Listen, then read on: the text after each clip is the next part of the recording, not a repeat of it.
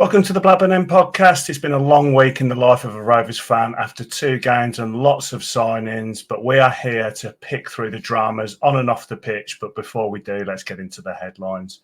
So Rovers bow out of the League Cup 2-1 after a lacklustre display versus Blackpool. As the transfer window closes, Rudy and company bring in a few fresh faces, and Rovers battle to a 1-1 draw versus bitter rivals Burnley, as one of our new men makes himself an instant hero by scoring what can only be described as a wonder goal. But I'm not here on my own. It's my pal Mark. Mark, have you recovered? How's the head?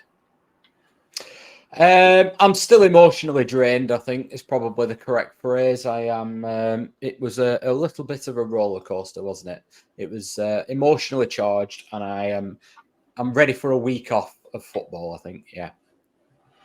That's the thing, isn't it? We've obviously had this absolute drama of a game.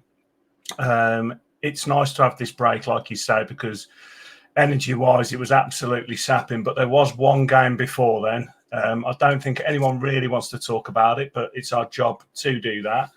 So we bow out 2-1 versus Blackpool. Now, let's discuss first what we said last week. We said that we wasn't bothered about this game. We would play just all the youth players. We'd even let Mike Sheeran take over. We wasn't bothered at all. There was a few people in the comments saying, no. We need to make sure that players are still firing ready for Saturday. But we're going to get an injury, which was one thing we was worried about, to a starter because there were starters playing. First off, when the team news came out, what was your initial thoughts? I was glad that Leo Duru was playing, and I was extremely frustrated that people like Harry Pickering was playing. Yeah, I was shocked. I was really shocked. I mean, Pears was a given because I don't think there was ever going to trust Hilton, and obviously we hadn't made our signing at that point. I could understand Siggy getting a start. I thought he may have actually started. It was one thing I thought he would get more game time versus Burnley. But Gaye starting, Weimann starting was a shock. But yeah, I mean, I looked around and I was pretty shocked. And the thing is I felt like, I think I tweeted out and I definitely messaged you saying it felt like an international friendly before a World Cup because none of them wanted to really be there. None of them wanted to play this game. They all really wanted to keep themselves in the reckoning for the Burnley game. And then Pickering goes and gets his knock, which looked like it was an impact injury at the time. So I messaged you saying that I think it's just impact. I don't think it's anything to worry about. But lo and behold, it was a serious injury, well, relatively serious injury where he couldn't play. But I was astounded that we did that. So the only thing I could think of was that even though we put out some starters, well, some proper first-team players, it did feel like we wasn't really that bothered about the game or even the cup this year. Yeah, I mean, I can understand the case for playing Weimann, for Sigurdsson. Completely got that, and we spoke about that last week. I actually understood Gaye getting a start because he's not scored in the league. He scored in the other round of the cup. So actually, for a striker to keep a little bit of momentum, give him 60 minutes, I understood that. My concern was the players that we couldn't necessarily just replace easily. Now, I'm sure we'll go on to it, but as it turned out, the ready-made replacement for Harry Pickering was not somebody we needed to worry about. But as it was at that game, I was thinking if Pickering gets an injury, we cannot change this. And as it turned out in the Blackpool game, we ended up having to go and change formation. Nobody looked comfortable. And I thought, that's a massive problem now. And Rankin Costello got a knock as well. And I'm pretty sure that will have, I think he might have played Weimann anyway because of his experience in that situation on Burnley game. But I think it probably did impact Rankin Costello's selection as well. Well, let's talk about JRC because he had a terrible game. There's no bones about it. He made me look an absolute dingbat because I was saying he was my cover for centre mid. He goes into centre mid and he has some shocking errors. One for obviously the goal. I mean, WhoScored.com has him as a 5.6, and I think that's pretty generous. He had a bit of a shocker. I'm not going to change my opinion based on one game because it's not like he was surrounded by people that were playing amazing either. No. How frustrated were you with the performance of the likes of JRC, or do you just think it was like, I don't really want to be on this pitch right now, I want to be saved for Saturday? Yeah, I think the interesting thing with Rankin Costello was that he was playing centre midfield. So we've talked about his role on the right-hand side. So actually, with the form Callum Britton's shown, he had a chance here to stake a claim for the middle of the park again. And he certainly didn't do that. I do think it must have cemented Eustace's mind at the very least that we need to go and get a central midfielder before the end of the window. I think he probably would have done that anyway, but I think this must have just confirmed it. My concern with Joe Rankin Costello when he plays in the middle of the park is I think he's better when everything's in front of him. So that's why I think he's better at right back. I think when he gets in these tight areas, he can struggle at times. I think his best game is when he's running onto things, when he's attacking the play, when he can grab the game by the scruff of the neck. And particularly in the way that the two are playing at the moment, I get he probably replaced Travis, so he was the one who was able to have a bit more freedom. He's not doing the Tronstad role that Buckley did. But I just think it's not as suited to him. I think if you're playing a three in the middle of the park, it's slightly different because he can be that marauding player which is when he looks good. But I just worry sometimes about his touch. I don't think his passing's overly great in tight areas. And I just don't think he's good when he's got his back to the play. And that's where he ended up happening to him quite a bit. But I didn't expect him to be as poor as he was, if I'm being honest. No, I felt sorry for him in a way because he's dropped down the pecking order at right back because of Britain. Giroux's obviously now coming to the front a little bit more, and we'll discuss him in a second. So the right back position's kind of come away from him. He's started a couple of games on the right wing, and yes, he's had one good game, but generally I haven't been a massive fan of him. And then you look at the signings we've made, plus the fact that Weimann played there in this Blackpool game, he's probably losing that position a little bit. And then centre mid, he gets his chance and he has this performance, and Buckley played better than he did. And then you've obviously got Tronstad and Travis as them starters, plus we're bringing in more players, so I do feel sorry for him now that he's going down the pecking order. And the main issue he's had is because he is this utility player, managers are going to go onto it. I mean, I only manage an under-10s team, and I had to apologise to the lad Saturday morning because he wanted to play up front. And I'm like, yeah, but you're really good at playing centre-back and centre-mid. So he never got his chance because I was playing him in them positions. And it's the same with JRC, when you've got that many positions, you are going to be dotted around a little bit. Now, let's go to that right-back position, and Giroux, he got a very good rating on who scored. He just looks like he's come in and it's this natural progression for him to step up into it. He hasn't looked nervous. I'm not saying he looks overconfident or anything like that, but when he goes onto the pitch, he reminds me of like how we saw Adam Wharton. Now, I'm not going to put him in the same bracket as Wharton, but when Wharton first came onto the scene, you just looked at him and thought, you should be here. I get why you have your start in space. Can you see the same with Giroux? Completely. I thought he had a nervy-ish 10 minutes against Stockport, and that's the only nerves I've really seen him have. He is doing exactly what I saw for the 21s. So my question at the 21 level, I've seen Jake Batsy do that. I've seen lots of players do that. I just didn't know if he could replicate it. I think there's lots still to work on. But what I am seeing is exactly what I saw in the 21s. A player who's got great energy, he's got pace, he's willing to take people on. I think there was a Megs he threw in there at one point. He's not overconfident, you're right, but he's willing and confident enough in his own ability to take safe-ish risks, if that makes sense. He didn't do it in his own box, but he was doing it in their half. To me, I think he's a real find. And just slightly going back to Rankin Costello, you're absolutely right. Through no fault of his own, because he can play in numerous positions, Giroux's got a chance and he's potentially and arguably ahead of him now. Weimann's got a chance potentially ahead of him.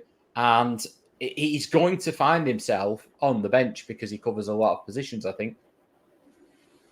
Yeah, and it is a shame because we said last year that we've never known a player be so far away from first team football and being pushed out the squad to then come back and be such an important player. And last year he was one of those important players.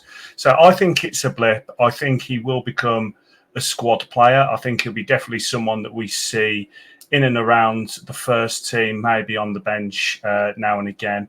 But I think he's probably fallen away a little bit based on the signings, and we'll get to the signings later.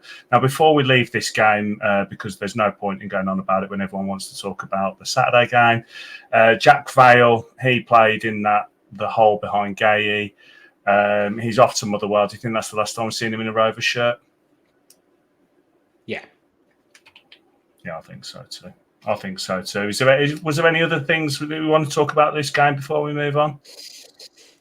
There wasn't a great deal to take out of it, was there? That was impressive. I think what I did say about Jack Vale in my reaction was, I'm conscious I can sometimes come across a bit negative about Jack Vale just because I don't think he's quite at the level. However, he doesn't get a run of games. He doesn't play in a consistent position. He doesn't play in a consistent team because he's often playing in the cups and things like that. So I get all of this. And it must be incredibly difficult when you're thinking, right, I've got 20 minutes against Stockport. And if I don't score or do amazingly, I know I'm not going to get another chance for a few weeks.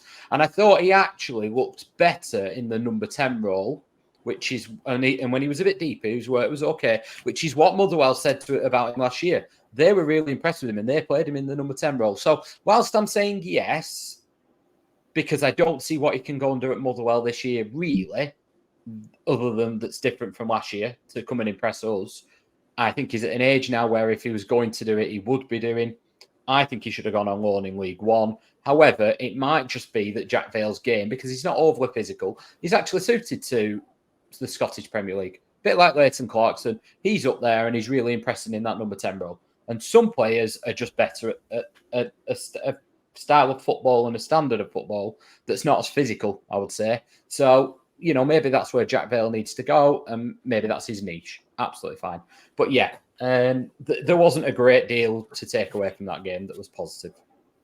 No. I mean, there was mistakes and everything. So, I've got a few more notes about Jack Vale, but I'll save them from when we talk the transfers later. But generally, yeah, it was a game to forget. The unbeaten run went. I saw a few people moaning on Twitter and stuff about it, but no one cares because all we was bothered about was Saturday. So let's get into that Saturday game. So there was a reason we didn't do the match reaction. Mark, quick one. How many drinks did you have? That many? Couple. Yeah, same here. I put one on there. It was just a minute's worth of match reaction and a guest appearance from Dan. But yeah. Yeah, it was we couldn't break it down. We had every intention on breaking it down properly and stuff. But yeah, we enjoyed it. Now, I'm going to play the match reaction that we do. Warning, there's a lot of shouty kind of... Yeah, we'd had a drink, so let's just play it. You might have to beat this, Mike, but get in! 10 men, robbed by the ref. We should have scored. They tried to give him a free kick at the end. They robbed us of a red card, robbed us of a goal. Have it! 10 men. We only need 10 men. Well, mate, I'll take it. Obviously, we should have been 2-1 up after that. Dodgy offside. No way was that offside. Very upset about that. Gaye, Mark, you were right. He was going to do something silly, and he did something proper silly there. I don't know. I'm happy because it's not a loss. I'm unhappy because I do feel like there was a game there to be won. But we'll break it down in the pod, won't we? And yes, we will break it down in the pod. Yeah, a lot of shouting. I really struggled to remember some parts of the game. I had a stein. I had a few steins, actually. I know you'd had a drink. Yeah, let's get into it then. So let's go from the start. So the starting lineup comes out. Tactically, we're very similar to what we've been playing. So that we was using what I would call our plan A. So the defence was pretty much what we know, except Owen Beck comes in, one of our new signings. I personally hadn't really heard of him other than what I'd seen on Football Manager and stuff like that. midfield, exactly the same with Travis and Tronstad, exactly who we would want to see in there. It's the first time I feel like I've felt going into one of these games with that midfield pairing that we were set up exactly how we needed to set up to stifle in a derby game. And then the front four. So I'd called for Gaye. You'd discussed about how you was worried about Gaye and that you would go with Ohashi. You were right. Well, I'm going to say we were technically both right because he got an assist, so I feel vindicated on that one. But you were right with his sending off. But then the three behind him: Hedges, Dolan, and Weimann. So when that starting lineup came out, I felt quite confident. What was the feeling around the grounds with what you were feeling with when that came out? Yeah, I mean, when I said I was worried about Gaye, we were just saying things that could happen, weren't we? And things. I would have personally played him anyway because I felt his hold-up play, and I was concerned in the previous game with Ohashi that we would end up getting penned in and we wouldn't have an outball. In terms of the ground, I think people briefly discussed Weimann, and we all felt actually that's a sensible move because of his experience. But the main talking point, without doubt, was Owen Beck because he'd only just come in. We'd heard of him. I mean, I've talked to a Liverpool fan who hasn't really seen much of him either. So there wasn't much to gauge other than we know he's done okay in Scotland. He got in the Scottish Team of the Year, I think. But it's a hell of a baptism of fire, isn't it? And he hasn't played any football this year. So that was the worry. Yeah, and I was actually with a couple of Liverpool mates and they just said, oh, he's really solid, you'll love him. And a couple of people had tagged the pod in a few comments about how he was this solid play, he was good going forward, but he was actually really good at the back as well. And you start thinking, well, if he is, why is he on loan with us and why is he not in the Premier League? But he came in and, yeah, he had that a little bit of a shaky start, but I mean, that's probably being a bit harsh, but he really came into the game. I mean, the notes I made of it was just he really impressed defensive and the forward play. Now, looking at the rest of the team, it was all pretty solid. I think everyone played to their expectations. Let's go back to the Gaye one. So the Gaye one, I felt like when he started, he was really just enjoying the atmosphere and he was really getting into it and he was doing exactly what we wanted, being physical. Now, the first 10 minutes or so of the game, we looked pretty sloppy at the back and they go and get their goal. It was a shocking piece of defending, really. He just was through between two and just popped it in. But I felt like that really woken us up. And was that the feeling at the ground that actually conceding the goal seemed to push us forward a bit? Yeah, I mean, Owen Beck, for me, he did look nervy. He looked rusty is probably the word I would use, actually. Not nervy, which is understandable. But then there was a moment where he flew into a tackle and that was for him, woke him up. That was a make or break. I think he thought, actually, I can do this. I think the feeling in the ground was, I think Rovers fans thought, we're bang up for it. Some thought that they were going to win, but I think the majority expected a very competitive performance. So then the first 10 minutes, I mean, I've watched the goal numerous times to see why it looks so easy. It's very, very basic from them. Anthony just makes a really simple run back towards his own goal, and Callum Britton follows him, and then he spins in behind, and Britton's then reacting and can't catch him. Browner makes a very simple run from midfield. Travis doesn't follow him, passes him on to Carter, which means Carter's now at the right back position. And again, can't get near him. Hyam then sort of looks and you can see he knows where Foster is, but he's thinking, well, I need to look after my area. Probably should have took the man instead of his area. And the ball, he ends up being nowhere near it. And then, I mean, you're more qualified than me for pairs. It looked poor in the ground. I've watched it back a few times, and it just looked like he couldn't get his hand back across because of the way he was moving. But it was very, very poor. And I think it actually took us another 5 minutes or so. I was watching it thinking this could actually be 2 or 3 very quickly. I didn't think we could get anywhere near them. I thought we looked surprised by the atmosphere, a little bit overawed. We couldn't get any composure. And then for me, it was our goal that woke us up. That really just sort of out of absolutely nothing. I couldn't see any of our patterns of play. I couldn't see a way we were going to get back into the game. A long ball from Pears. Let's be honest, it was to an area where Gaye was. He picked him out, but it's a long ball.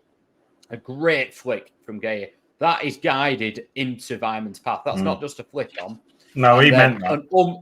And then an unbelievable finish. And that woke us up for me. That was the moment. Before then, I think they looked a very good team and we looked like we were chasing shadows. After that point, I thought it was a completely different game. And then obviously the sending off, it was a different game again. Yeah, it was. It was different games within the game, wasn't it? I mean, going to the Gaye he knocked down. I made some notes when I look back, and it was, obviously his comparison is going to be against Sam Gallagher, and you just saw him fight for that ball and knock it down. And I didn't see Gallagher do that often. In fact, one of the only times he did do it, we got a goal. I think it was Stoke, and it was a really good goal. And but I was like, I just love his attitude. You could just tell he's like, do you know what? I'm up for this. I'm going to go get that. And the knockdown, like you say, was into an area where Weimann goes and gets that absolute wonder goal. So let's talk about the goal. I'd love the fact that the Burnley fans were going way before it dropped in. I just love it when fans have their hearts broken. It's an amazing feeling when you see them rise and then collapse. And it came out of nowhere. I haven't seen us have a shot like that in ages. We used to have like Per Franson and Lars Bohinen and Two Guy, and then later on into Two Guy, where they was just like, sod it, I'm having a go. But I can't remember how many goals we've scored like that in recent years. No, the last time I can remember one like that was Andy Cole away at Liverpool, where it was a knockdown and it was a similar type of strike. But I can't understand what they were seeing, because I watched it and it bounced perfectly, and you're thinking, hit it. It's unbelievable technique, but it was going in all the time. Trafford was off his line. It was an unbelievable finish. Actually, there was one really early on that Weimann did where he tried to chip Trafford. And I couldn't quite see where that landed. And I thought that was going in. So this is something Weimann's got in his locker. And I also think, I do wonder whether he's had something. I'm not saying, obviously, this exact situation. But I think they might have had a look at this before the game. Because he tried it with Trafford. What was it, a minute in the game, it felt like. And I think he was looking for Trafford being offside. There was another one where, was it Hedges and it went embarrassingly like trickle out that was throwing a bad or whatever. one, yeah. But there was 2 or 3 times where they were quickly looking up for Trafford, so they've obviously spotted that he does this. Touching back on Gaye, I think there was only one person going to win the ball, but it wasn't just brute force. He was then a really cushioned header into his path, and he's done it. I think the other one I remember with Gallagher was away at Leeds last year, where you just think. He flicked the ball on. Dolan simplified his game, which we're asking for him, flicked the ball. And you're thinking, why do you two not do this all the time? But Gaye, for me, that was really impressive. The other one that was really impressive was his ball for Dolan in the second half. And he's done that away at Norwich, where these through balls, it's no wonder he's getting, is it 3 assists now? It is no wonder. He's having a real big goal contribution to this team. Yeah, his stats are looking pretty good. The eyeball test as well, which is the thing that we always say, is actually seeing him play, his movement, his positive movement. And we've got it with Ohashi as well, which is why we've fallen in love with these players so quickly. The fact that he got up there, he put his body on the line to knock it down. It was cushioned. It was all by design. It wasn't luck. And there was more of these kind of runs as well going forward. I mean, we can tell he's an upgrade on Sam Gallagher. Sorry, like that I keep bashing Sam Gallagher, but I'm just going to keep doing it because I enjoy doing it. But yeah, he's just obviously got that thing about him which he wants to be. It's goal involvements, isn't it? He's going to have a lot of goal involvements that we know that we're going to benefit from. Now, for the rest of the half, it felt like we were going to get more opportunities. Now, talk to me about how you saw the offside goal? So in the ground, obviously, you're behind the goal.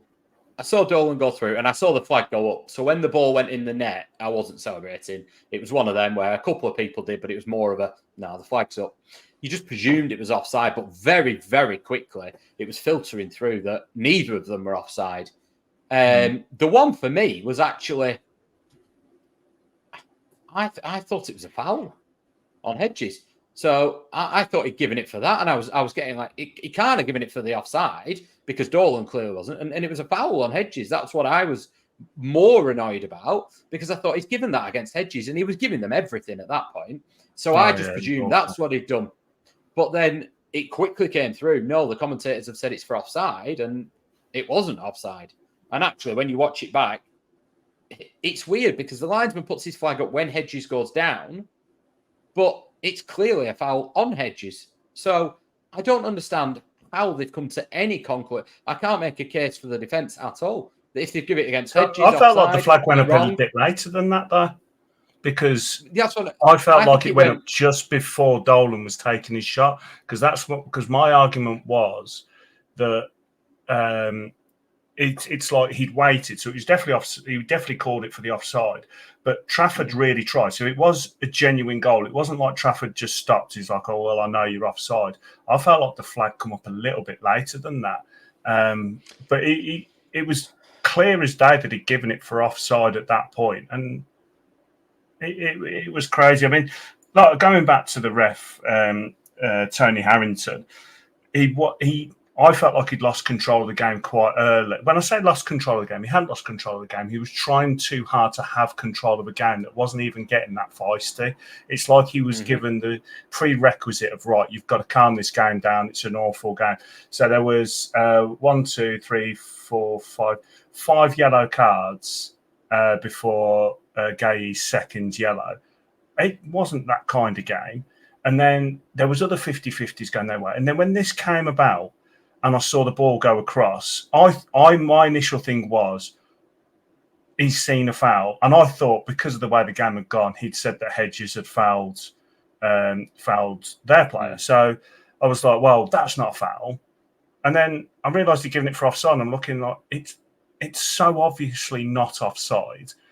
Was it a foul on Hedges? To be honest, I didn't think it was a foul on either player. I just thought it was coming together in football, and that's what happens. And Dolan was, what a calm finish from the lad as well. And it's the kind of thing that we want him to do. But it just felt like they absolutely packed themselves, and they were like, we're just going to give it to Burnley. That's how it felt. It was, everything felt impulsive from him. It felt like he couldn't wait to blow his whistle. He couldn't wait to give them a foul. You'd see players coming together, and before they'd even fallen to the floor, he was blowing the whistle and giving them a foul. It was like he prejudged everything. He prejudged the game. He prejudged situations. And it was it was very, very poor. Even right up until, what did he add on? 6 minutes, 7 minutes? There was an extra minute given. Then he gave them a free kick on the edge of the box. But again, you were still going, I still can't even see. It was genuinely, I know Rovers manager can't say this, but it genuinely felt like he was trying to get them the win. It was odd. It really did feel that way. I mean, what minute was that disallowed goal? I can't remember. Was it 30, 38, something like that? Yeah, it would have been a really good time for us as well, because I remember thinking, well, actually, chances are we're going into the half 2-1 up. The game's kind of, in control for the end of the half. And then we then have this half to be able to say, right, what are we now going to do for the rest of the game to keep this solid and maybe grab something on the counter-attack? So I did think that this was a real game-changing decision that could have been hugely positive for us because of that time. Massive. I felt we'd had 20 minutes or so where I was worried about us. I've not seen us like that for a little while. And then we've scored out of nothing. And then I felt, actually, they ran out of ideas. And I think we almost got this inner confidence of, they're not that good, this lot. Actually, we can get something from this. And then the Dolan goal, we'd started to create loads, but we'd started to create a little bit. We'd started to settle into ourselves and our shape, and it would have been the perfect time to score. And we've shown in the second half that even with 10 men, we can shut a game down, which is something we've talked about under Eustace before. And I feel so uncomfortable as a Rovers fan because I've never ever known us be able to do that. But we can make nothing happen in games. We can just ride games out. And I would have been fully confident we could have done that, if I'm being perfectly honest. And I felt like at this moment as well. There were two moments in the match. Well, three moments in the match. The first goal, the disallowed goal, and the sending off, where we would have collapsed and just felt sorry for ourselves, gone into ourselves. Look at the players; they all look like they're about to burst into tears. Exactly what we were saying last season. But to have these three pretty key moments across the match, where I felt like actually we look like we're being galvanised, and we could say it's the likes of Travis being back. We could say it could be McFadden. Did you see McFadden on the sideline coaching as well? I mean, that is amazing. I mean, I said about McFadden, the thing about him is there was a photo of him in training with Gaye, and you could just tell he was trying to get under Gaye's skin and really getting into his back. And it's like he's the on-field coach in training. And obviously he can come down the sideline when he's warming up and talk other things. So I thought that was really good. But generally, you can just tell with this team that they are galvanised, they are together, they are determined, and they're not letting things get to them now. And them 3 moments in a game like this for us, I was just really impressed. But moving on now to half-time. Half-time's come. We feel like the game's there. There's something to grab. Obviously, on the 57th minute, we lose Gaye. We'll talk about that in a sec. How do you feel like we started the half between then and the sending off? I thought I went in at half-time thinking, I actually think we can win this. I think we're going to do them on the counter-attack. And when Gaye put Dolan through, initially I thought, what a touch from Dolan. But actually, the ball, it was almost like it speeded up on the ground and it just got away from him, so he couldn't get it across to Weimann. So he had a shot, but it was quite tame. And I thought that we are going to win this on the counter because it was very planned at that point. We were really lulling them in, and then we were going, and it was real planned. There was a point where Weimann won a header and knocked it down for Gaye because they wanted Gaye in a certain position. And I just thought, I think we've got them here. I really did think we had them at that point. The one thing I felt was there was space. There was space on the pitch for us to get into and to move into. Now, I'm not sure whether that was by design by Burnley to just stand off. It just felt like the pitch was huge and that we had space to move into. Every time we had the ball coming over the halfway, I knew it was going to get into that final third and a chance to make a chance, so to speak, was going to happen. Yeah. Now, Gaye goes and gets his sending off. Now, let's talk about that. So it was silly. It was silly. By the letter of the law, it is correct. Bandishing the phantom yellow. I had a couple of messages, one off Scott from Rovers chat saying that, there needs to be taken into account that he's a foreign player, he's new, doesn't necessarily know the rules, and maybe the ref should have talked to him. Do you think that this was one of those times where he should really have done that, but because it was a derby game, he felt like he had to follow the rules because of all the eyes were on him, and these are the rules now? Because it did feel like he was just itching to do something like this. I've had a couple of people say that, and the UEFA rules. So whatever league Gaye's been playing in for the last 2 years, they're the same rules. So he should know it. My concern with it is, Tronstad's done an interview I've seen today that he did after the game, and he said he got booked for doing the same thing. And he said, I didn't even do it. So the referee was just so keen to do these things. Now, yes, you shouldn't do it. And people are saying it is the letter of the law, but equally, the letter of the law says if you pull somebody down, you should get booked. And he didn't book their centre half at the same time. So if he was being pedantic both ways, I would say they should be consistent every week. But if you're going to be pedantic within the game for both teams. He wasn't. That was my gripe with it, was he couldn't wait to do it. and he wasn't the same the other way around. There's no way on God's green earth he would have sent a Burnley player off for that. No, not a chance, not a chance. And we've benefited from this rule in the past. Was it Rotherham? I think where he did something similar. So we have benefited from it. So I'm not moaning about the rules or anything like that. I mean, I do actually think the rules are a bit silly, but I get why it's there. It was a sending off. He's learned a valuable lesson. But also, I feel like we've learned a lesson about the team, because for that to happen in this game and for us to actually bounce back from it, and I felt like we still had these opportunities, probably better opportunities than them to win the game. Now, let's talk subs. So once again, we make some subs. Hashi comes on for Weimann. Lewis Baker comes on to Hedges. And then later on, Giroud comes on for Britain. But obviously that was a little bit more ineffectual.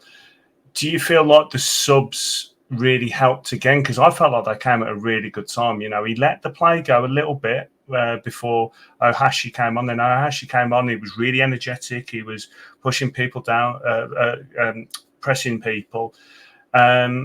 Hedges looked tired, and straight off Baker comes on. Now it's the first time we've seen Baker. Do you feel like the subs helped and the tactical changes? Because from my end, it did seem that they did. Yeah, I think obviously it's not Baker's natural role where he was playing, but I think he came on more for experience as much as anything. I thought Hashi struggled a little bit. There was lots of effort from him, but he was at that point he was really against the back four himself, wasn't he?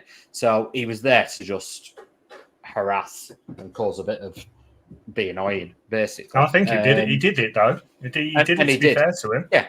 Yeah. And I thought, I know he only had a few minutes, but to be dropped into a derby game, your championship debut, as a sub, when the backs are against the wall, I thought he was good. And I think you're absolutely spot on, Mike. The Lewis Travis chance, they didn't have one as good as that the whole game. As in, obviously the game after we went to 10 men. And had that fallen to Weimann, I think we'd have won again. So I couldn't quite believe how little chance they had. And that was all I were doing. That was nothing to do with them. We frustrated them. We made them have to pull something out of the hat.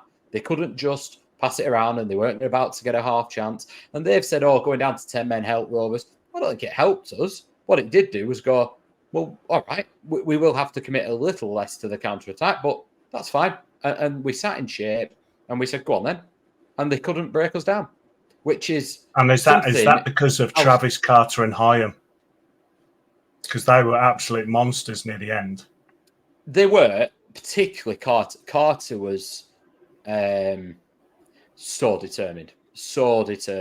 They were not going to get past him. However, I still think you've got to say fair play to John Eustace, because he has drilled this defence from a defence with the same players, including Travis now. The same players could not keep a clean sheet because they were equally, they were playing to instruction then as well.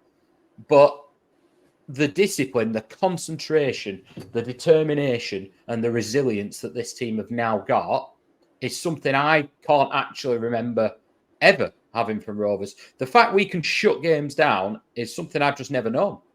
Literally, from the moment we went down to 10 men, they didn't have a good chance. That's remarkable. I don't care who you're playing against. Well, we're going to get to the John Eustace Appreciation Society shortly, because that is one of our topics. And I think we do need to give him a lot of love for how he's changed things. Obviously, we felt like we could have nicked it. Dolan had his chance. Travis had his chance. Like I said, previously we could have collapsed and lost that game because the character wasn't there. The tactics didn't seem to be there. The plan B. I felt like this was plan B, C and D all rolled into one just to finish the game. Like I said, Faz coming down on the sideline to help coach and solidify things. I love the fact that Travis was playing that pantomime villain You know, he wanted to be, and he was on a yellow card, and he was still getting in there. You know, I love all of that, but they had their chance with a free kick at the end. The ref was being really picky about everything. When that went over, I don't think I've felt relief since like a relegation battle. It just felt like relief when that went over. The game ends and there's celebration. Explain to me why we're getting so much crap on Twitter about celebrating this draw, because the celebration police are out there. They're going, oh, it's pathetic. You know, you've only drawn. Explain to people why we've celebrated like we've done. We've celebrated because we were playing against 12 men. We can say that because it was true. The referee gave them every single opportunity he could to win the game. He's disallowed a legitimate goal. He sent one of our players off, albeit to the letter of the law, but he's not stuck to the letter of the law when Esteve at the same time pulled him down. So he's not doing it consistently. He's then added extra time onto the added time. He's given them a free kick on the edge of the box that wasn't even a free kick. So the fact that all this was against us, against a team that we don't particularly like, and they can say what they want about they've lost players, they've done this. They've been in the Premier League for a number of years on and off. They've spent an awful lot of money. They're expected to beat us. And even with the referee and us having 10 men for a significant period of time, they couldn't do it. So, yeah, we should celebrate that because we were celebrating the resilience and the against everything else. The world was against us. And that's what we were celebrating, that we were together and we were so proud of the lads that they managed to do that. That's what we were celebrating. And they should celebrate that. The only reason the celebration police are out is because they're having a whinge because they've not beaten us. So rather than whinging about at their own team, they're just having a pop at us. And then I've seen them trying to turn it back and say, well, you couldn't beat us and this was your best chance because we've had a turnover. Don't get me wrong. Yeah, there was a bit of turnover and turmoil for them, but let's not have them turn this narrative. They've still spent a fortune to replace these players. Esteve was 18 million, was it? It's not our fault that they spent another 18 million and he doesn't want to play for them, so he's gone on loan, the other lad. It's not our fault that half of their team wanted to leave, but they've still spent a significant amount of money. Lyle Foster cost more than all our team put together. So they can absolutely do one when they're trying to turn that back on us. And I was proud of my team. That's why I celebrated. I'm not celebrating a point. I'm celebrating that being against all the odds with your back against the wall, we still managed to go, do you know what? No, you're not having this. 100%. I think you've definitely said what I would have wanted to say, because the tables have turned at the moment. You know, they've got these massive, expensive squad. They've been in the Premier League and got all this money, but we've had our turmoil and we've come back and now we're starting to have this hope again. And yeah, there's certain players that, you know, we'd replace, but we feel behind this team right now. John Eustace has got us believing again and putting us, you know, loving the team again. And we started so strong in this league. We've put in some mediocre performances and still got wins. We never do that. We never do that. And we're finally doing it. You know, Pears may have played his last game as the starting goalkeeper because we got the new lad in. Yeah, okay, he didn't play great, but people were supporting him in this game, yeah, all the way through. I'm looking at the squads, and there was no, even Gaye, he got a really bad rating of 5.6 on WhoScored.com. I don't think it was a 5.6, so he only got that because he got sent off. I thought when he was on the pitch, his energy was exactly what we wanted. I was just really proud of the lads. The reason I celebrated was it has hurt so much, that last performance that we played. And yes, in the last pod, I got all my years mixed up and everything. I got a few pelters for it. I was tired. It was 4 a.m. I got up. I was knackered anyway. It felt like yesterday, that game. And we was embarrassed. I mean, Clinton Mola and players like that playing and Wharton being dropped. You know, to go from that performance to this one where it was stacked up against us and we put in that performance. That's why I celebrated, because I was celebrating the fact that every single one of those players gave absolutely everything they had. And it's the first time I can say in a long time where I feel like the squad's done that. Yeah, absolute pride. And do you know what? People questioned Pears for the goal. They questioned, there was one where he came out in the first half. I think it was a free kick and he didn't get anywhere near it and it could have been headed over him and it ended up coming to nothing. But equally, in the second half, there was one that was looping and he did what I haven't seen him do. He went, he punched the ball. He wasn't bothered about who was in front of him. He cleaned their player out. And it was only ever going to be Ainsley Pearce's ball. And I was really proud of his performance, actually, just like I was every single one of those players, including Scott Wharton's performance in the crowd and Carl McFadson's performance on the touchline. Scott Wharton, he's making himself a legend and he's not even playing. Fair play to him, though. Fair play to him. We see players do it and it is great because it makes you love them even more because you realise that there's players on that team that love the club. They've loved the club since they were kids. They were born into the club. And when they turn up and they're on the sidelines, and they're in the fans, you know how much it means to them. And fair play to him. He's a football fan. He's a Blackburn fan. And whilst I don't think he's necessarily the future of our centre-back position, he's definitely someone I would want around the club, you know, for years to come. But moving on to the fan reaction. So obviously the tweet goes out and there's a lot of pride in that. So Tom has put grit and determination, phenomenal effort from the lads to hold on to that down to 10 men with over half hour to play. Could have been different with 11. James Marsh, we deserved that. Positives, Beck was superb, very resilient down to 10 men. Negatives, ref was beep. Gaye needs to keep his head. Long-time listener Steve Beaumont, top effort, lads, against 12 men.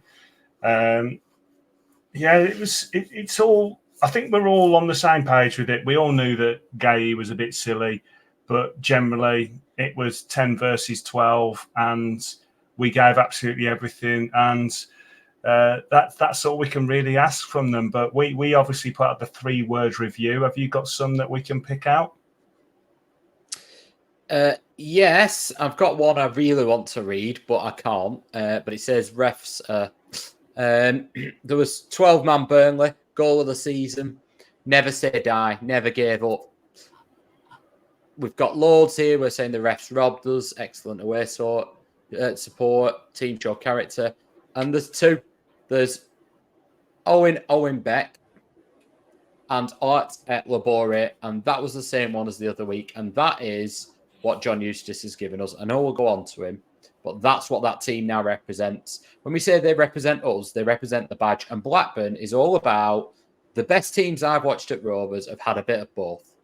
The Shearer team that with Sutton, Sherwood, Atkins, they weren't all silky footballers.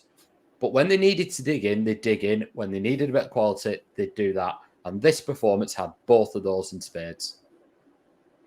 Exactly, and the one thing, I watch a lot of American football, and you've got Bill Belichick, one of the best coaches, if not the best coach in the NFL, and he said it's not about collecting talent, it's about building a team. That is what you need to do, and I love that quote because it is so true. You have to have the guys in the engine room doing the dog work, and then you'll have the guys doing the sexy stuff up front, and we all forget about the guys in the engine room. Now, that's where we come in, and we try and talk about these things. You've sang the praises of Tronstad. There's a lot of people that will watch Blackburn and not even, well, they won't even know who Tronstad is for a start, and they won't realise how much he actually does for us because he goes about his work quietly. Same with your Pickerings and people like that. So it is so true. It is not just about collecting the best players in each position. It is about getting people that work well together. And are we on the way to that? We'll talk about that in the topic. But quick 1-word answer from you. Were you happy with the result? Yeah. I agree. I was happy. Okay, we'll move on from that game. I think everyone's blood pressure's returned to normal. We do go into international break now, so we're not going to discuss the next game, which is Bristol on the 14th. There is going to be a podcast next week, and we're going to talk about A couple of things. One, I did quite a lot of stats on the strikers that we've had that have played over 10 games since the year 2000. And I've actually been an absolute nerd and broken down all their goal involvements and how much they cost, so we can work out who technically is our best striker and who technically is our worst. And that's something we're going to talk to. And Mark, you've broken down parachute payments to clubs coming down, how they've spent it, what they've done, and clubs going up. So it's going to be a good one. So make sure you do tune in next week to that. Like I said, like and subscribe. Put the alert on for YouTube at the bottom. We are releasing content. It'll be good if you carried on listening to and watching everything that we do and sharing the pod. But even international breaks, we are going to chat as well. But before we do that, we've got a quiz. So, Mark, what's your quiz this week? Yep, so the quiz tees up our retro rover later on. I think you might get this one, Mike, I'm going to be honest. So I am a twin, but we're not even the most famous twins with our name. My brother stayed longer, but I do a better impression of Tom Daly. So I am a twin, but we're not even the most famous twins with our name. My brother stayed longer, but I do a better impression of Tom Daly. Ooh, I think I've got it, but we'll get to that later. So that's a good one. Okay, so we've got a couple of topics this week. The first topic we're going to talk about is something that you mentioned about John Eustace, and this is where we do the John Eustace loving. We were warned about John Eustace coming from Blues. I'd spoken to a lot of Blues fans and they were saying, "Oh, enjoy Eustace ball. It's really boring and stuff." And it's like, okay, well, let's wait and see. And we saw him last season and we thought it was a weird appointment. But this year, we've been behind in each one of our last 3 league games, and we've still taken 5 points. You know, it's got to be the only real difference, because, yes, there's a few little squad changes, but the only real difference is John Eustace. So is it the subs? Has he instilled determination? Is it the character of the coaching staff as well that he's put around? Why do you feel like it's all this is translating to the team, and we've suddenly got this team that they've always had that determination, but this seems like functional determination, if you know what I mean? Why are we getting these results suddenly? I think it goes back to JDT. I think a lot of the players didn't buy into his model, and when it started to go really wrong, and I think that trigger was Travis. I'm not saying just because he wasn't playing. I think Travis was very much liked and respected. And there are rumours that he spoke out in a team meeting, sticking up for some of the younger players, and that was the final straw. And that, for me, undermined JDT. But what I saw in the team, forget the other elements, what I saw in the team was a team that didn't believe in the plan. And when it was going wrong, they carried on doing it, but their heart wasn't quite in it because they didn't believe deep down this is going to get us results. Eustace came in and I think has told them to be a successful club, we need to be a successful team. And that means all of you. Maybe not doing the sexiest of jobs, but all of you need to do your job. And your teammate is relying on it. Not me. Don't do it for yourselves. Do it for each other. And they've seen actually that this works, and I think he's got them really together. I think they're such a good unit. I mean, you saw the way McFadden was doing all of that, the sidelines, but you're looking at him at the end of the game, massive, he's not come on the pitch, massive beaming smile, arm around the players, like a proud dad. He was hugging them, and I just think that they're doing it for each other, and that's such a powerful thing. When you've got a team that's got each other's backs and is willing to do it for each other, and they believe in the plan. And that is so powerful, because even if things aren't going your way, if you believe that plan will get you good results or get you an outcome, you will stick to it. And they've lost faith in the plan of JDT. They've got full faith in the plan of Eustace. Whether it's always the right one, whether it works long term, who knows? But right now, they have full faith in what they're being told to do. Will give them the best chance of success.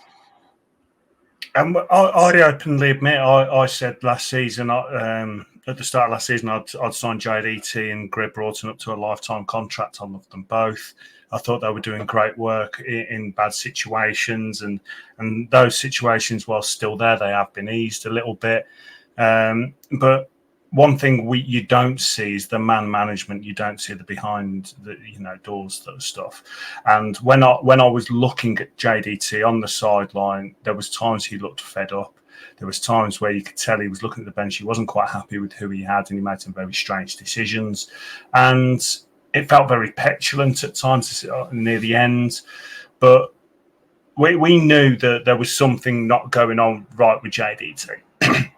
And he'd broken the confidence of a lot of players. A lot came out in interviews with a lot of players about how he dealt with things. And there were some players like Schmodix who said, "Oh, he's brilliant because, he changed my way of thinking." There is certain people that will react to the JDT way, but we've all played football. We've all been in management meetings with our managers at work and so on. There's something about having an arm around you and having that positivity, and that you can work off that. And a lot of players need that. And there was a lot of confidence broken. And I think at the end of last season, we was in a really bad situation where we could have gone down. And he was obviously the right man because he kept us up. And he's had all summer to work with us. And you can just tell that lads have that little bit more confidence. And like we said, I think it was last week, maybe the week before, we still have that identity that JDT brought in and that we loved. We felt like Mowbray didn't have a plan B. We felt like JDT didn't have a plan B, but Eustace has given them the confidence and has a plan B. When things don't go quite right, he goes to the bench, he makes these decisions.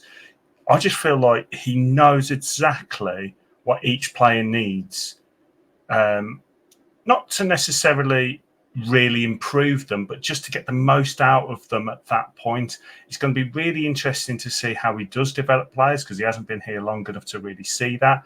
But you've seen what he did at Blues and even back in his Kidderminster days, where he was bringing younger players through.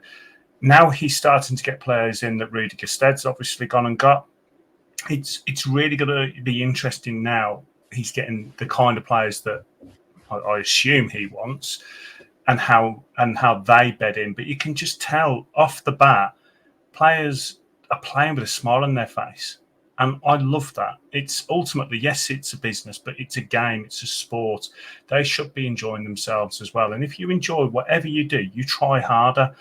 And you can just tell he's got that. And I think that is why we are picking up these points, because that determination, that belief that they've got that he's instilling into them, be it from coaches, him, whoever, it is there. They're like, it's never over. It only takes a second to score a goal. And it's been proven a couple of times that we can go and nick games. I just think the more that we play like this, the more they're going to understand that a game's not lost if we don't score in the first 10 minutes, which is what it was like under JDT. I completely agree. I do. And what I do think we've got to acknowledge, because we're quick enough to say when there's a criticism here, but Steve Waggett, there's two sides to this. You could say, well, he put his faith in JDT and he put his faith in Greg Broughton. But equally, he made a call last year to get rid of JDT, and he's clearly made a call that he didn't want Greg Broughton to pick the next man. Whether we all agreed with that or not, I was quite critical of that, because I felt if you've got a director of football and you don't allow him to pick the man, what's the point in him being there? But he's obviously lost confidence in Greg Broughton's decision-making in terms of his transfers last year. And he's lost confidence in JDT that he's the man to take us forward. So he's got rid of JDT and he's gone out and he's the man who was appointed John Eustace. This was not a Greg Broughton appointment. This was a Steve Waggett appointment. He's then said, do you know what? It's not working with Greg Broughton. Yeah, I picked this man, and it's probably going to make me look a bit daft, but it's all right. I'm not just going to plough on anyway. I'm going to get rid of him, and I'm going to go back to some experience of John Park. I trust Rudy. I know him long enough, and I'm going to bring in Adam Owen as well. And right now, you've got to say that call saved us from going to League One, and has actually not fully turned around the damage that had been done over 4 windows, of which he must take blame of for some of that. But what I'm saying is we're quick enough to give him the criticism, I think we've got to say here that call in the end has saved us going to League One, and it, by the looks of it, has been the right decision in terms of recruitment moving forward from the other backroom staff as well.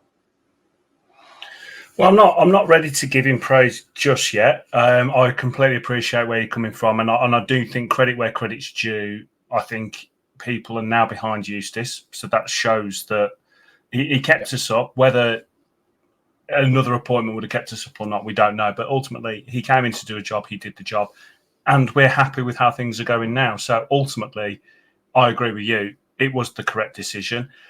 Now we're going to get into the signings now on the hot topic, but when we're talking about Waggett bringing in Rudy Gestede, who bit of a cult hero at Rovers, obviously he's gone and done all his qualifications to be a director, and he's now brought in these players.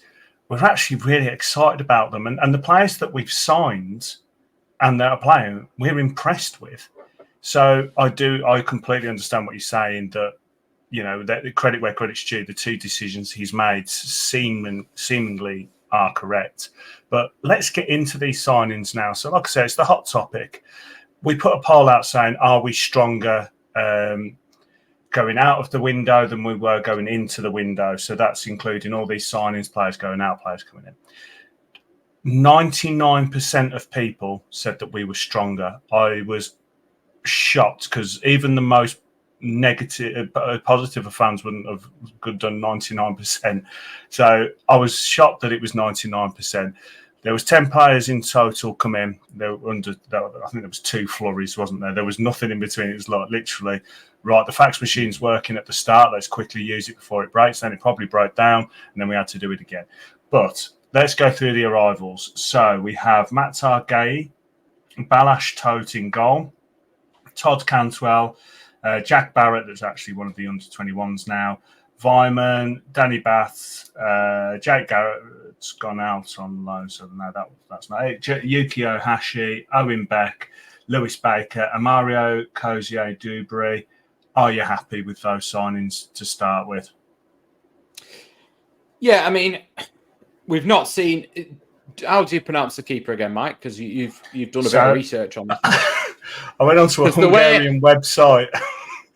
The way I described his name to you was probably not PG. So you tell us the correct one. Okay, so I went on the Hungarian website, and it looks like it's Balash Tote. That's how we pronounce his name. Okay. I'm going to wait. I'm going to wait for the commentators to confirm that. Brilliant. Well, I'm a big fan of him. I always have. I've followed Hungarian football really well. We don't know, do we? We didn't know with Volstead. We don't really know with him.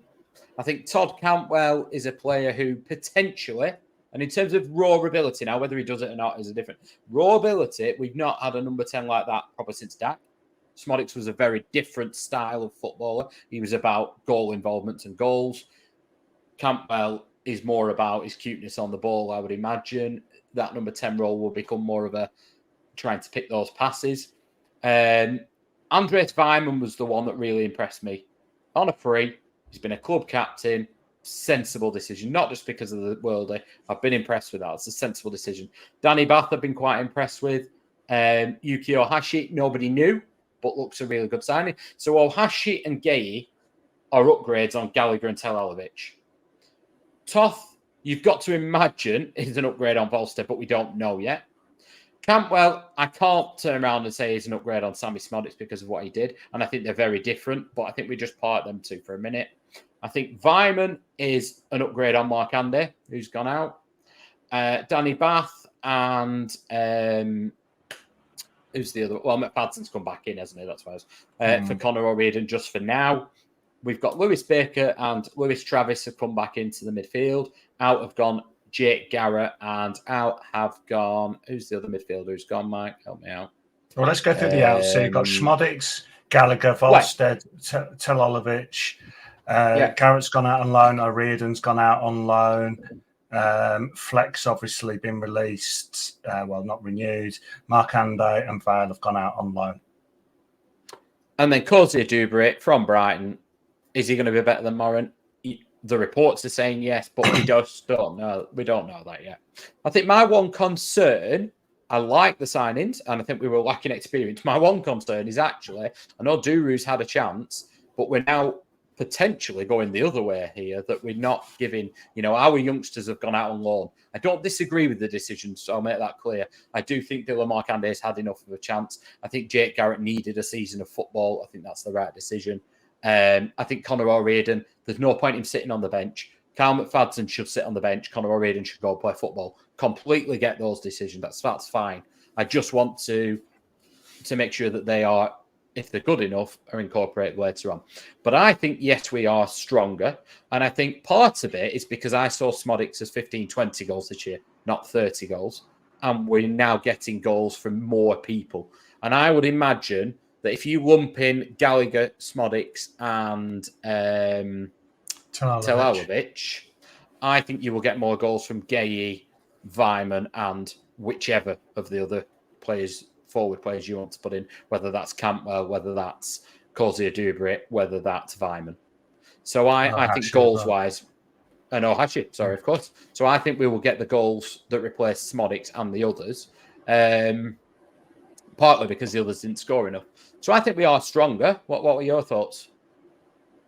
Yeah, I mean, you've summed it up perfectly. I agree. I'm seeing them all as units. So is this unit going to be better than the unit from last? So the attacking unit, I think, is way improved. We've already seen that. So let's just talk about Gallagher and Telalovic. Gaye and Ohashi have already shown that they are better than them for what we need. Obviously, time will tell. They could both drop off a cliff. I'm not going to jinx it. But ultimately, they have shown, Gaye has shown that he can play how we want him to play, and Sam Gallagher wasn't. Telalovic, as excited as we were to get someone in that had a fancy name, he just wasn't doing it. And Ohashi's come in and shown the class. And the thing about Ohashi, and we've said it, he looks classy. His reactions and the way he does things, you can tell there's a player there that we can really develop and move on with, but he's got something already. Weimann, instant hero, give him a lifetime contract, amazing player. I'm really excited about Campbell. I mean, he nearly went to Villa for something stupid like 40, 50 million a couple of years ago. Apparently got a bit of an attitude problem, thinks he's much better than he is, gets frustrated. He's 26 now, so you'd like to think he's starting to mature. His career hasn't gone where it should have done. I think he's one of these signings where he's looking at some of the players like your Schmodics, like your Adam Whartons that have come to Blackburn and we haven't stopped them leaving. So he knows that this is what Sam Allardyce used to do. He did it at Bolton and he did it with us. He went to players and said, look, no one else will touch you. Come to us, prove yourself again, and we're not going to stand in your way if you move on.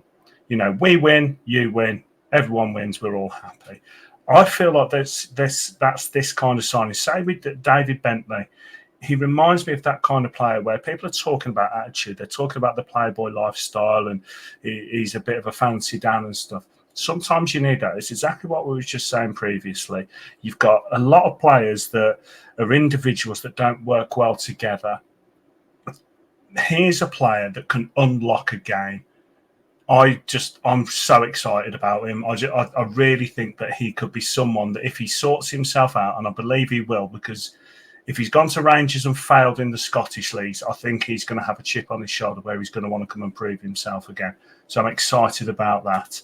I think there's really sensible signings. I really do. Danny Bath, McFadden being re-signed. I think they're really sensible. Exactly what we were just saying.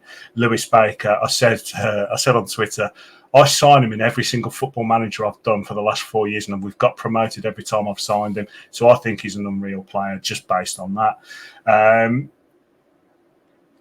Goalkeeper. So this Balash Tote. And I'm going to keep saying his name because I have researched it, so I'm going to keep using it. He's definitely an upgrade on Volstead because I don't think anyone can really come in and do worse. I supported him. I tried my best to pick his game and stuff, but Volstead didn't have the body of work behind him like Tote has. Tote has got a body of work behind him. People are saying he was the best in the Hungarian league. Now, when it comes to goalkeepers, it's all about confidence and things like that. If he's come from that league and done that, I think he's going to have confidence. And I don't think it's a very pleasant place to play in some of the places he's played. He's going to have had a lot of people on his back and really pressuring him. So it's going to be really interesting to see. But for me, I'm delighted with the signings. I'm delighted with the stuff that's gone out. Schmodix, yes, I would have preferred to keep him, but I understand why he's gone. But every other one of those players, I'm happy. I mean, Jack Batty's not even on that list going out on loan, But Gallagher, how we got money for him, I don't know. Volstead, how we got money for him, geez, I don't know. So we're going through that list. I mean, we got our money back on Tolovic. I mean, I don't know what agent he's got, but I think if we had him, we'd be getting some games somewhere. But I'm just really happy with those departures. I think they were the right departures. I think the right signings were made. We've plugged the holes. Everyone put your comments down below what you think. I mean, I can't see anyone disagree with us, to be honest, and that's not me being arrogant. I just think that they did good a job by the end, because at the start of the window, we were all panicking. We was on here, oh my God, what we're going to do? We've gone into the season with just the one goalkeeper. We've got this, we've got that. But like you've said, there was a plan, and the plan's come together. We've made some money. We feel like the squad's better. Are there holes in the squad? Yeah. I mean, I'm going to ask you that in a sec, so have a little think about that. But every single player that we've signed, except for Cantwell, weirdly enough, everyone has had glowing references from previous clubs. And that is really positive as well. And the Cantwell one, it was nothing to do with his ability. It was to do with his attitude. And I feel like Eustace will sort that out. But we've made all these signings. Assuming that all these signings are relatively successful, where do you think we need to plug holes in January, if any? I think we've got to make a decision in January. It doesn't mean to say we have to do anything about it, about our defence. So I think Dom Hyam's interview was very telling. That the club haven't spoken to him yet, but he'd been more than willing to talk about extending his contract. I think the jury's out on Dom Hyam from the recruitment team. I think Hayden Carter is improving. I think he's still got room to improve, but I think he's improving, and I see that there's a high ceiling for him. Danny Bath, potentially you could give another year, but you probably can't Cal McFadden. So I think if they're going to go anywhere, it needs to be down that road.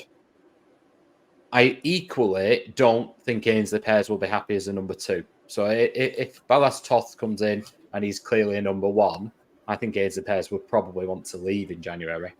So, you might have an issue there. But I think it's probably the defence, because we don't know the longevity of Gaye's form. We don't know the longevity of Ohashi's. And I do think Ohashi will have a bit of a dry spell Christmas time, just because of the nature he's been playing half season already. But I think we've got enough options out wide. I don't know the answer to this, of who will be the best 3 to play behind Gaye or Ohashi. We just don't know. Cantwell could come in and be an absolute world beater, and they'll be paying high wages for him, but it's a gamble. But it's a gamble worth taking, because if it pays off, you're going to more than make your money back for him. Cozy Dewberry could come in and be a world beater, could come in and not be ready. We don't know the makeup of what that will be, but I think we've enough options to figure out a good enough solution for them. Even moving next season, we could extend Sigurdsson's contract, but there's lots we can do there. I think we need to make a decision about the defence. Maybe not for January, but for next season, though. And I think it could be quite a big one, that.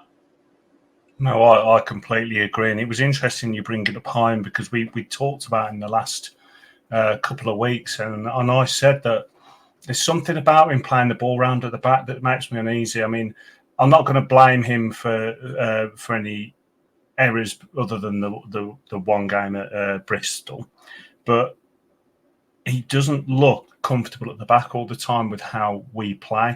Now, we have got a different kind of way we're playing now compared to JDT, where there is a place where we just lump it into the second and third level of the formation, but there is something about Hyam I'm not as comfortable about as I was at the start. I mean, he won Player of the Year, and then even the next year, he was okay for most of it. There is something not right. I completely agree. And like you said with Carter, I think there's going to be people coming in for Carter at some point, and it's going to be a decision we have to make. Yeah, I would like to see us find a 24, 25-year-old, like an O'Riordan, that comes in and takes that spot, and we know like that is a definite. He is going to play at centre back every single game. Yeah, I mean, O'Riordan's extremely highly rated. Whether he'll be ready to start every week next year, we don't know yet. I think what I would say about Dom Hyam is I have always felt he doesn't look comfortable on the left-hand side of defence, whether that's as a left of the two or a left of the three. I think the further left he goes, the more uncomfortable he looks. So I think some of that is down to why he doesn't look as comfortable when he's playing the ball, because it's not natural to him.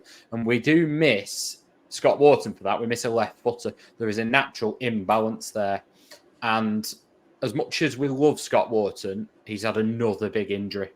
So I do wonder if we think, actually, if we could get a left-sided centre-half here, should that be what we're trying to do? It's got to be the right one. But yeah, I think there will be sense in that. We're now ready to upgrade, aren't we? We have players there that we know can do a job. We want them to do the job now. Yes. So put your comments down below of what signings are your top 3 signings. Was there anyone that you wasn't happy about leaving other than Schmodix, obviously? Is there anyone that you think is going to be a bit of a hidden gem for us? Who do you think we should be looking at in January? Put the comments down below, and it was something that we'll talk about next week. But we are going to just get into the mailbag now. So we've got the email address, theblackburnend@gmail.com. We also look at the Twitter. Now, we've been talking for an hour and 20 minutes, so we won't keep you for long. So I've just got the one here because it's asked multiple questions, but I do like them. And it's from Luke Core, and he's got a handful of thoughts, he says. So the first one, Mark, is Buckley too good as a 4th choice? I'd love him to stay, but he's not going to play. Now, he played against Blackpool. Is he just a cup player now, or do you think he does need to go? I think when I look at the makeup of the squad, I have him as the backup to Tronstad. And I think Baker and Travis will battle it out for the other position. So I don't necessarily think he's 4th choice. At some point, he's going to have to get a run, though, and he's going to have to really take it. And I think... I don't like saying it, but I think he might have to move on at the end of the season. Yeah. So I'm willing for the club to be selfish and keep him and just tell him he is a rotation player, because there is a place for rotation players, and it is going to get to a point where if the club do want to move forward, we do need to have players that are just squad players. They are players that are there for backup for the league, and they play the lesser cup games and things like that. Because you can't keep playing youth players. You do need to have some players that are, mid-20s that are on okay wages, not necessarily high, but definitely not on new team wages. So he's one of those players, along with the JRCs and even the Scott Whartons, where if they're happy at the club and their wages aren't astronomical, I would actually keep some of them around. But I feel like with Buckley, I don't feel like he's got the attitude, the character to be a squad player. He's someone that he needs to be a first-team player for you to see anything about him. JRC, Scott Wharton, I feel like if they came in as a squad player, they'd give everything. There's something about Buckley. I just feel like if he's been on the bench or not even in the squad for a few weeks, he's not going to come in and just do anything. He's just going to be that player that comes in and makes up the numbers. If he's like that, then yeah, you may as well, and you can get some cash for him, you may as well. But if he does have a good attitude and he is good around the place, I'm quite happy for the club to be selfish and just say, no, you're a squad player, mate.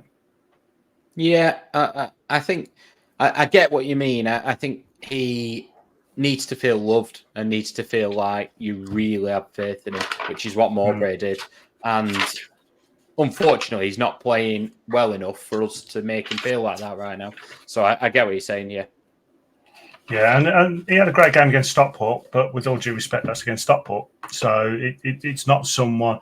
It's not like when Conor Mahoney ripped Man United and Paul Pogba apart, and you're thinking, "Oh my God, this is a player." You know, he ripped Stockport apart. You know, that's your body of work. I love John Buckley, and I root for him all the time. But there's not a cat and mouse chance I'll be picking him ahead of Tronstad, and you need Travis or potentially Baker as the other one. So if I'm not putting him in, then yeah.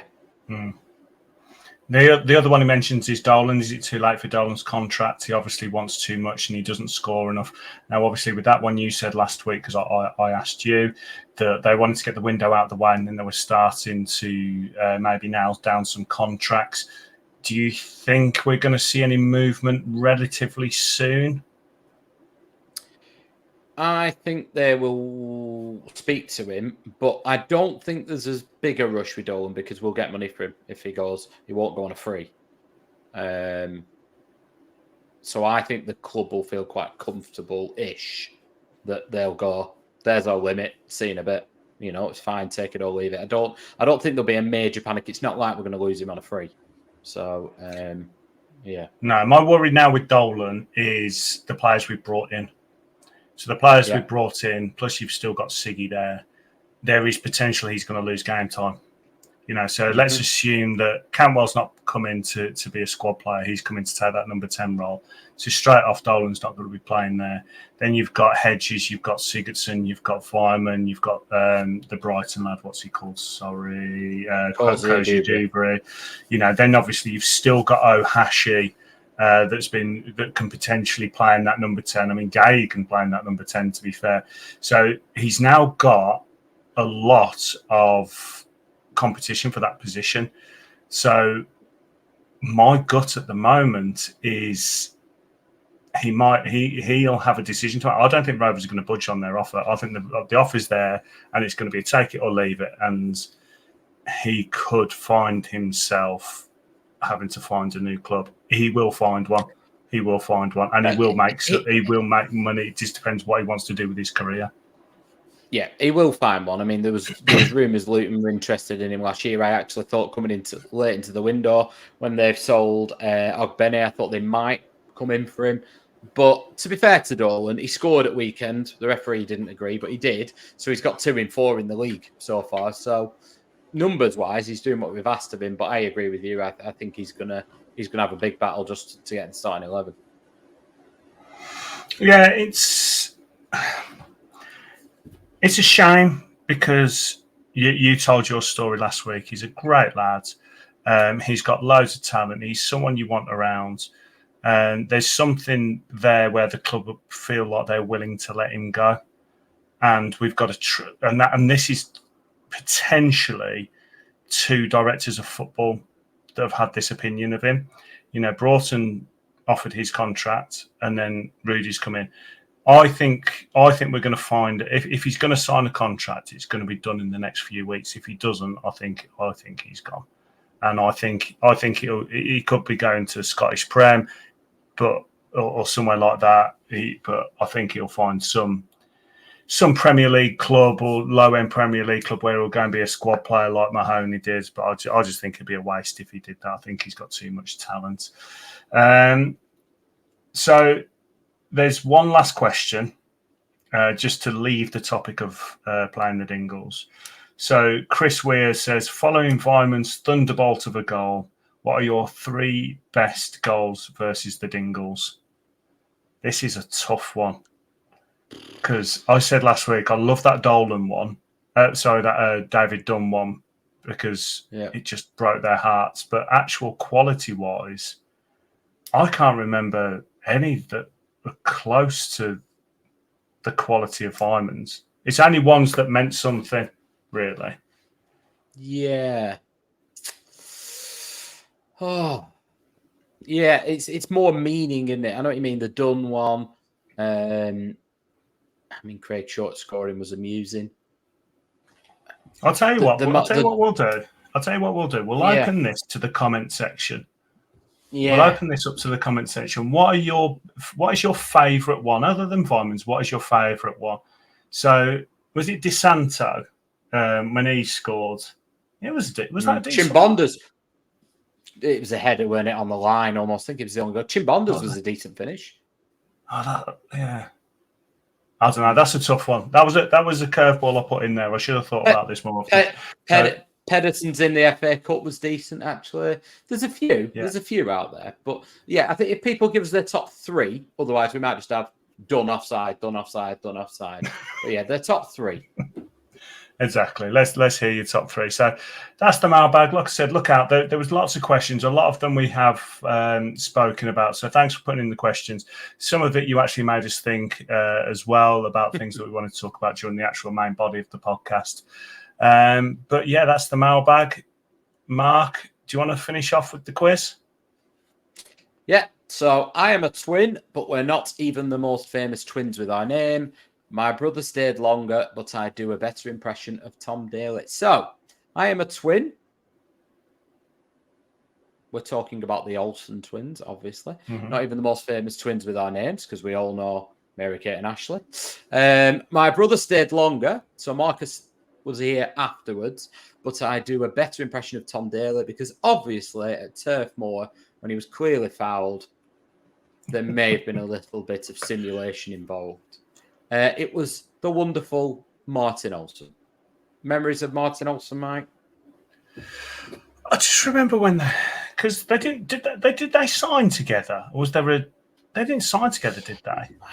I don't remember them signing together. I think they might have either come on trial or something. I think they were here right early on, and they only kept Martin. Whether that was for a week or whether that was a year, I can't remember. But yeah. I think Martin and Marcus were here initially, and then Martin obviously stayed, and Marcus went off and found his career path, didn't he, before coming back when we were in Championship. Yeah. They were strange players for me because I felt like they were underrated, but they didn't kick on as much as I thought they would. No, I remember under Allardyce when it was around the same time Gareth Bale was playing for Tottenham. And Gareth Bale had turned himself from a left back to a left winger to a number 10 to a false 9 to a right winger. He could play anywhere. And it was like Sam Allardyce thought, I reckon Martin Olsen could do this. And there was a spell where he played on the left-hand side of a front three. And he played in number 10 role. I remember him scoring over a kick at Villa. That game at Burnley, to be fair, was the spell when he was running riot, wasn't he? He was this is a stretch, but he was our Gareth Bale at the time, where he was playing a similar role. Not quite. I don't think anyone's ever uttered the words Olsen and Bale in the same sentence. Well, I have, so we're doing it. But yeah, he was playing a similar role. Sometimes he'd play on the right, but he was. I know what you mean. He found a level to his game that I didn't think he had, and I thought he was going to really, really kick on. I could see him going to a Liverpool, a Tottenham potentially, and he just didn't, did he? Really? But I thought he was a very, very good player, but he was so strange, weren't he? The twins. Marcus came in, and sometimes they were almost like the same player. They ran the same. Martin was definitely better, but they were strange players at the same time. But I loved him. I mean, the goal where Dunn scored the offside, he's there, isn't he? He's got his coat up and he's giving it the badge. He's dived at Turf Moor. He loved the club and he loved what it meant. So it was a weird one. It's strange that he's not come back to do any interviews or anything. I think we need to try and find him. No, it's a good one, to be fair. I like us talking about these these players because to other people they might be quite obscure, but to us, they are like cult heroes, aren't they? Yeah. And David at Turf Moor, he was sung about at weekend. A left back was from Sweden was sung about at weekend because he did take a dive and he also hits Burnley. Oh, it's a shame we couldn't get him in for an interview before the game, but he's definitely someone we can try and grab. But Mark, it's been a pleasure breaking this down. It's another bumper pod, 90 minutes. It was a great 90 minutes on Saturday. Looking forward to the break. I'm looking forward to the break. I'm looking forward to your breakdown of the strikers as well, Mike, because I know you've done this for a while. And just really looking through, I mean, when we briefly talked about it and you just mentioned a couple of the names, I was like, oh my God, I forgot we had him. So actually looking at it and breaking it down, not just in terms of ranking and saying, right, this is XG and, whatever else. But I think that's going to be really, really interesting. And then it gives us a chance to do that. It gives us a chance to talk about, I've had a look at how teams are, what the makeup of teams are that are being promoted, because everyone talks about the Brighton model where they had a really young team and then they built into the Premier League. And it's not quite all as you would seem, let's just say. No, and I love talking about this kind of thing because talking about strikers, talking about these parachute things, you have this idea in your head of how things actually are. And then when you look at it, and I know stats don't say everything, but when you break it down and you really look into these things, you start to realise that actually things are different. But I look forward to next week. People put down the comments down below, like and subscribe, all the good stuff. It really does help. The more you like and the more you subscribe, and because we were talking about this, we're of a generation where we don't subscribe to YouTube channels, but actually it does make a big difference. It really helps the algorithms and sends people our way. We enjoy making this content. We want to reach out to as many people as possible because we are fans, and hopefully with the voice of a lot of the fans out there. So make sure you pass it on to everyone that you know that's a Rovers fan or not. They could be Burnley fans and you just want to wind them up and send us our stuff. Make sure you do it. So do all the good stuff and tune in next week and have a good one.